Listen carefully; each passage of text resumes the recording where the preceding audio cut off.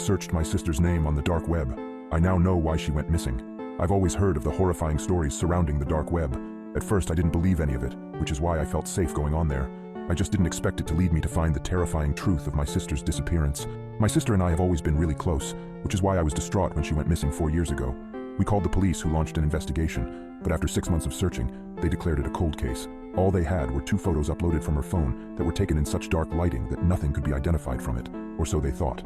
Ever since she went missing, I've tried everything to find her. I uploaded her photos online, talked to all her friends, and even hired a private investigator. After none of that worked, I decided to turn to the dark web. I thought maybe I could find someone who could solve this mystery. Everything was going smoothly at first, but then I stumbled upon a website that would ruin my life forever. After clicking on it, I saw dozens of pages of kids who had gone missing. There was a price attached next to their names, and it was clear that this website was a space for criminals to sell their victims. I looked up my sister's name, and then my heart dropped. I saw pictures of her, but this one was different. They weren't asking for money. I didn't know what they wanted. After taking a closer look at these photos, I was able to identify the hotel they were staying in, but it was all the way in Brazil. I'd never really left the country before, of course, but I fought down the nervousness and did my best to research everything I could. The hotel was near a popular tourist destination, so I thought that it couldn't possibly be that dangerous. Looking back, I should have been more careful. Maybe it could have saved my life. After my flight landed, I made my way to the hotel. I sat by the wall air conditioning unit until I'd recovered, and then I looked around my room. I then realized that I'd come to the right place. The wallpaper was the same pattern from the photo, and the bed, mirror, and clock were all the right design. I saw my sister's photos on a bulletin board by the front desk, among others. The concierge soon approached me when he saw me studying the pictures. I touched the pinned papers. These photos. Ah, the older Brazilian man sighed. Very stupid, very bad. She went on a hike and never returned. He waved his hands for a moment before seeming to settle. The jungle. It eats people here. That was something more than the gossip back home about the incident. A hike? He replied. Yes, a hike in the jungle. Everyone knows you shouldn't stay there during the night. I asked him, is it safe to go alone during the day if I stick to the marked paths? He glared, but drew lines for me on a local map to show me where the girls had said they were hiking. I don't want to put your picture up here too, he said. It's possible she's still alive if the jungle did not find her at night. Hurt maybe. It's sad. I gulped, but put on a brave face. What was I doing? And why? I clutched the local map and adjusted my backpack as the concierge went back to his duties. I should have listened to his warning. I made my way to the hiking trail. It was humid as hell and stuffy under the thick canopy of gloom and green, but I'd somehow stumbled my way into a mission, and I couldn't turn back without hating myself. Where would she have gone? For hours, I followed the path they'd indicated to the concierge until I reached a fork in the narrow, overgrown trails.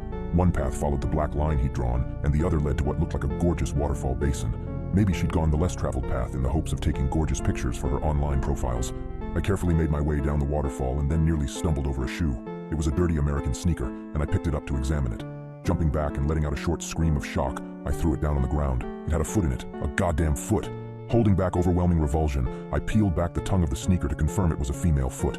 I can still remember the swarming flies and budding maggots in that stump of red flesh. I leaned back against the root-sprouting dirt wall behind me and tried not to throw up. I'd come all the way out here to find a rotting foot.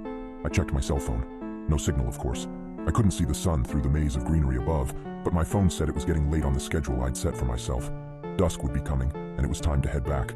Even though I'd ignored the warning about climbing, I intended to heed the one about avoiding nighttime. Every single bush and hillock out here hid something alive, and I didn't want to see what might emerge in the dark. And then I heard her, "Help!" It was the faintest echo through the dense foliage, but I was dead certain it had been a hopeless female shout. I shouted back a half-dozen times, even screaming until my throat was raw, but she didn't seem to hear me in return, or maybe she was incapable of shouting again. It hit me. One rotting foot didn't mean my sister had died. If only I'd gone home 30 seconds earlier, I would never have kept looking. Eventually, the terrain became more like a canyon with a river at the bottom, and I was forced to lift up onto dirt again. Here I found an animal trail splitting off in 3 directions. A cell phone with a cracked screen lay half buried. I brushed it off to discover that it still had some battery power and that it was not password protected. The text messages were mostly mundane conversations from the owner to her friends. The most recent ones were variations on asking for help. There was no information there about what had happened. But then I checked the pictures on her camera. Beyond all the typical selfies and photos of the airport, the flight, and the hotel, there were a few of the jungle I'd just traversed, the waterfall, and then the very path I was standing on. The next picture seemed to be taken from hiding. Between the leaves, the image showed a man brandishing a knife and peering into the underbrush opposite. I still couldn't see his face, but he was dressed in local wear I recognized from the shop. Had he seen the girls at the hotel and followed them out here? This was serious. I needed to be ready for a fight or to run. Suddenly tense, I put my backpack down, hid it under a few bushes. I then swiped slowly through the photos. The next few were of the trail I was on, and I followed it step by step, retracing the path the girls had gone. The man was not in these pictures. They seemed to be photos of landmarks that might help them find their way back. Many were blurry and had been taken in haste. No doubt they'd been running. I couldn't shout anymore either, not without potentially revealing my presence to that man. Had he cut off one of the girl's feet or something? How had her foot ended up back by that waterfall? Swipe. There's the rock. Swipe. Okay, there's the bend in the path. Swipe. There's the arranged stones to mark a direction when no other landmark would suffice. A few more swipes, and I was back where I'd started. The animal trails split off in 3 directions, and I could hear the river out beyond the trees. So they'd come full circle by accident, realized they were lost. Then what? Dropped their phone here in frustration? Or had they run into the man with the knife again and gotten caught? If there were 3 paths out of here and 2 looped to one another, that meant the middle one had to go elsewhere, right? I heard a noise behind me, whirled, saw nobody and nothing. I stared out into the jungle as dusk swept a dim shroud between the trees. I'd stayed too long and night was almost upon me. I had to go home. What was I going to do? Fight a knife-wielding madman in the dark? I could get the cops and bring down the cavalry. And then I heard her. Help! It came from down the middle path. As it became harder and harder to see, I crept down that middle path. If there was someone out here, I would only have a split second to strike back or run. The only advantage I had was that they had no idea I was here, and it was as hard for them to see me as it was for me to see them, as long as I only checked the phone intermittently to keep its light to a minimum. Swipe. A picture of the middle path in gloom. All right, on a night sometime earlier this week, they'd gone this way.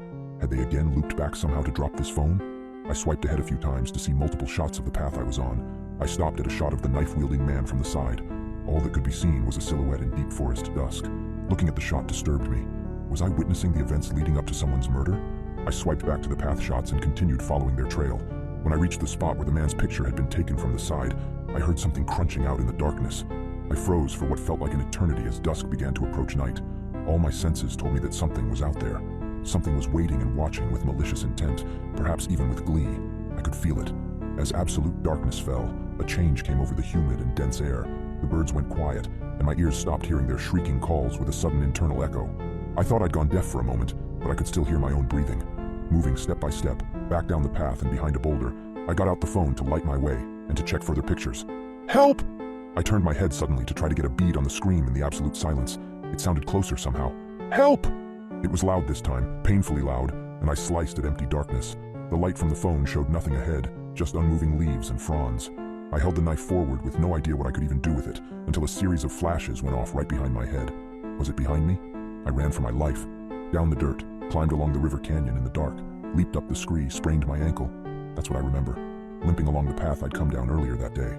I'd lost my backpack and the map inside it. I thought I could remember, but the jungle transforms at night. All of the landmarks I looked for were impossible to find in darkness, and I knew something was out there hunting me. I made it out of there, but not for nearly a day. I spent that night crammed into a small rock hollow with stones piled up to block the entrance, and only enough space for my knife to stab out, all night long. Help! Help! From right outside my hollow, then laughter, and random bits of conversation mimicking what the 2 girls had said to each other before danger had found them. It had stalked and watched them for hours before night had fallen. A foot, that was all that was left. A foot severed by powerful jaws. When dawn finally rolled around, my sleepless body practically dragged itself out of its own accord. I don't fully remember what happened when I returned to the hotel, but they took care of me, and I did not tell them I found her cell phone. And you know what? It's been 5 days, and I'm supposed to fly back to the States tomorrow night, but I happen to know I'll never make it. I sit in my hotel room and stew in my own nightmare. I can hear it calling from the deep of the night. It's out there mocking me still, waiting, because it knows I can't escape. All of those pictures were taken before they ever happened. All part of the horror in the jungle where time knows nothing of the strict structure of civilization. I only came out here because of that last picture, the only one that hasn't come true yet, the photo showing my death. So I sit here clutching the photo I printed out. I just don't want to be awake when it happens. It's creeping closer now. The cruelest part of this is the clock on the wall. I know the exact moment as it ticks closer and closer, second by second. It's slithering up around the bottom of the clock now, around the bottom of my heart, numbing. The concierge warned me, but I didn't listen. Jungle wasn't the right word, but he straight up said it. He told me directly, it eats people here.